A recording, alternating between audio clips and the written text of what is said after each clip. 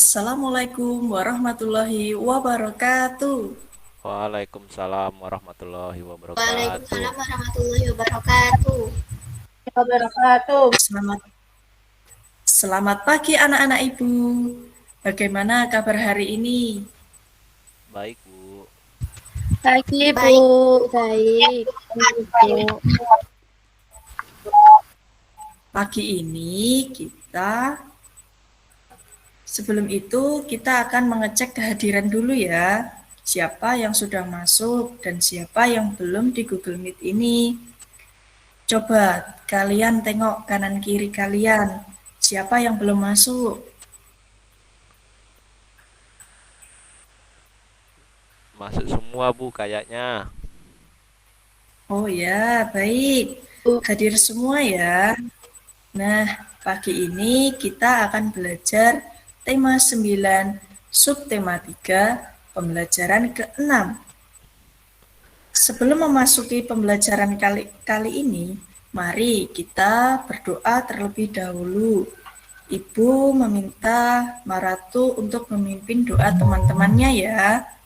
Baik Ibu, marilah teman-teman sebelum kita belajar, mari kita berdoa bersama-sama.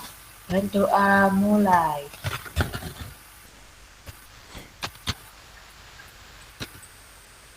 Baik, terima kasih Maratu telah memimpin doa.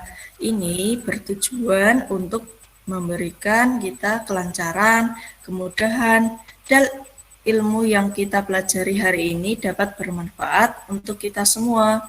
Begitu ya anak-anak? Nah, sebelum menuju pembelajaran kita menyanyikan lagu Garuda Pancasila sebagai rasa nasionalis bangsa Indonesia. Mari kita menyanyikan lagu bersama-sama. 1, 2, 3. Garuda Pancasila, Mula pendukung proklamasi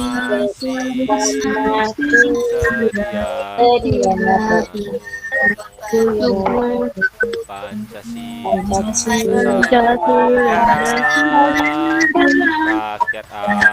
makmur semesta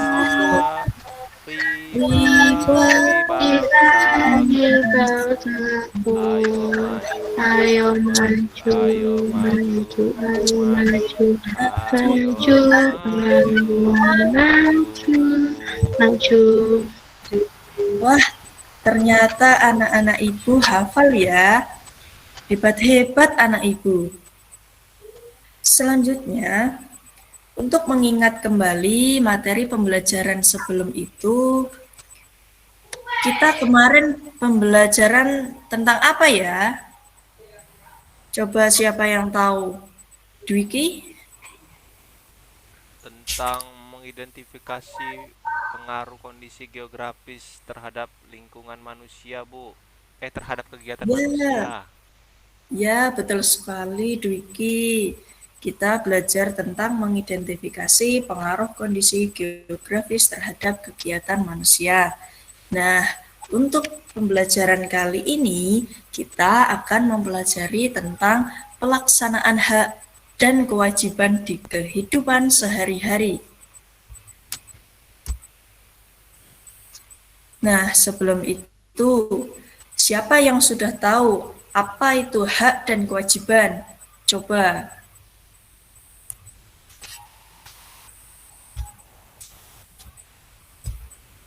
Saya, Bu. Ya, Dwiki. Hak itu adalah suatu yang harus kita terima, Bu. Kalau kewajiban itu sesuatu yang harus kita lakukan. Ya, betul sekali Dwiki. Ibu berikan nilai plus buat Dwiki. Nah, apa sih akibat tidak melaksanakan kewajiban? Apa saja contoh pelaksanaan hak dan kewajiban yang ada di lingkungan kita? Mungkin anak-anak sudah paham mengenai materi hak dan kewajiban. Ibu akan bacakan akibat tidak melaksanakan kewajiban. Sebagai warga negara Indonesia yang baik, kita harus melaksanakan hak dan kewajiban secara seimbang. Kita tidak boleh menuntut hak kita sebelum kewajiban kita laksanakan dengan baik. Contoh sederhana adalah menginginkan nilai yang bagus, kamu harus belajar terlebih dahulu. Selanjutnya, apakah ada yang bisa menyebutkan contoh-contoh laksanakan hak dan kewajiban? Ayo, siapa yang mau menjawab? Nanti Ibu beri nilai plus loh. Saya, Bu. Ya, coba silahkan. Jika ingin sehat, maka harus menjaga kebersihan lingkungan tempat tinggal. Jika ingin terhindar dari banjir, maka tidak boleh membuang sampah di sungai. Dan jika menginginkan udara bersih, maka harus menanam pohon. Ya, benar sekali Anissa. Ibu berikan nilai plus buat Anissa. Nah, kemudian dari contoh pelaksanaan ini, akibat tidak memperoleh hak. Nah, dalam Undang-Undang 1945 telah memberikan jaminan akan pelaksanaan hak dan kewajiban warga negara, sehingga tidak dibenarkan jika warga negara hanya melaksanakan salah satu saja, apakah itu hak atau kewajiban. Kedua-keduanya harus dilaksanakan secara merata dan seimbang. Bagaimana dengan hak kamu untuk memperoleh pendidikan yang layak? Sudahkah terpenuhi? Coba kamu bayangkan, jika orang tuamu melarang kamu membatasimu untuk bersekolah dan memperoleh pendidikan, sementara kamu ingin sekali meraih cita-citamu, ingin seperti teman-temanmu yang lain, menuntut ilmu setinggi-tingginya. Bagaimana perasaanmu dan apa yang kamu lakukan?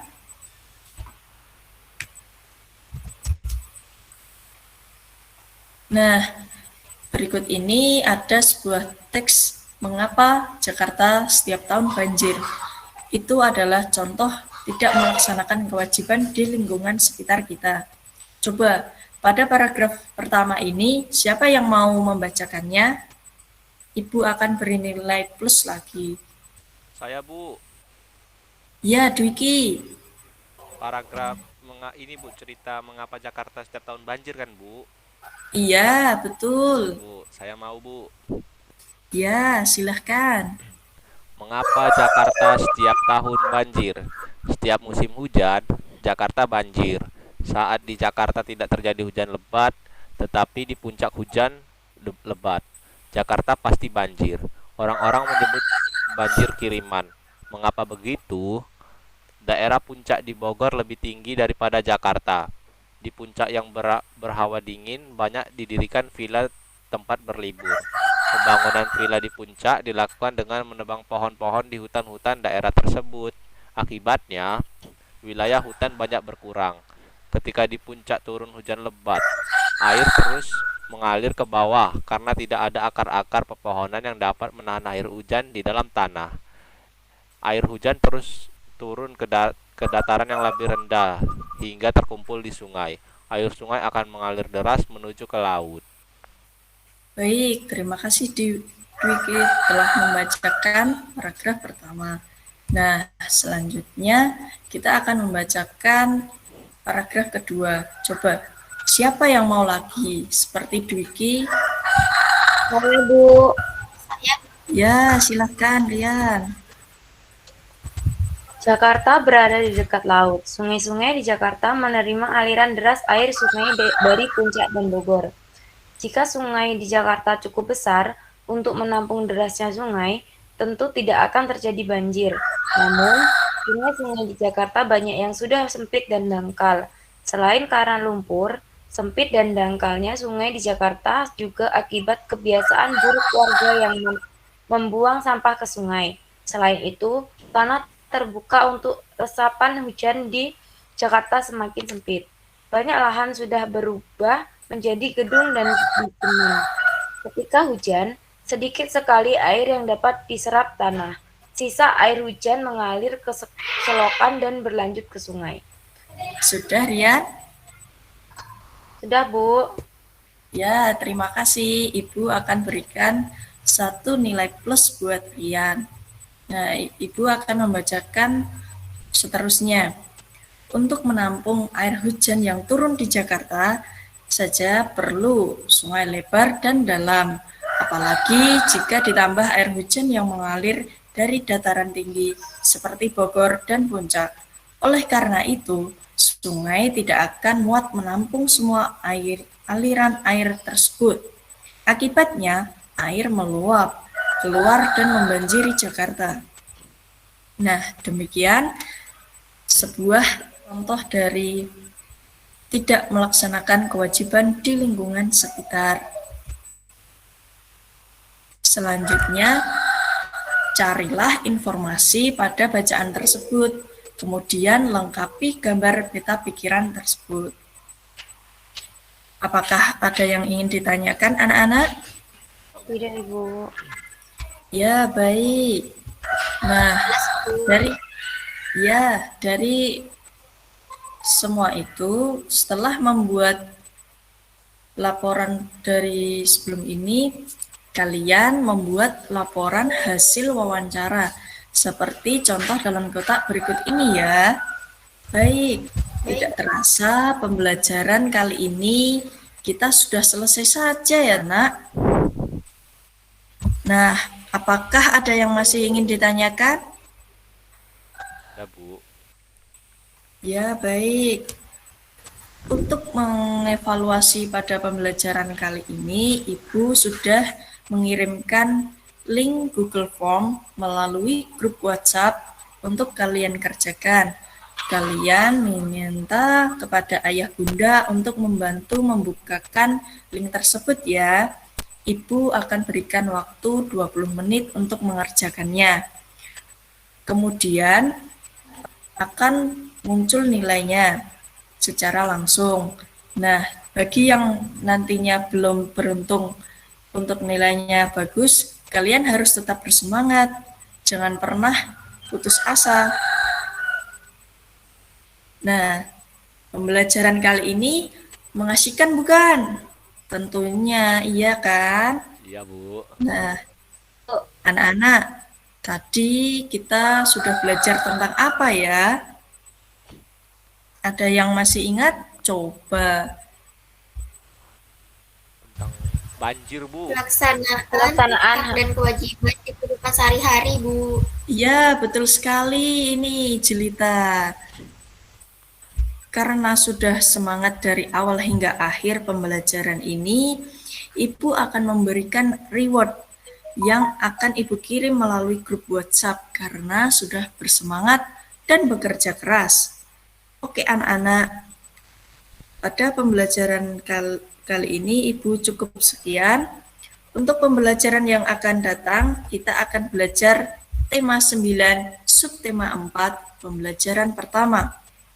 Jangan lupa pesan Ibu, selalu gunakan masker, cuci tangan, jaga jarak ketika berada di luar rumah. Nah, sebelum itu kita berdoa terlebih dahulu. Siapa yang mau memimpin doa? Saya, Bu. Ya, Dwiki. Teman-teman, mari kita berdoa menurut agama dan kepercayaan kita masing-masing. Berdoa dimulai. Berdoa selesai. Baik, terima kasih Dwiki. Nah, bila ada kurang lebihnya, Ibu mohon maaf. Kita akan melakukan pembelajaran berikutnya dengan lebih semangat lagi ya. Sampai jumpa di pembelajaran Ibu berikutnya. Wassalamualaikum warahmatullahi wabarakatuh. Waalaikumsalam warahmatullahi wabarakatuh. Terima kasih, Bu.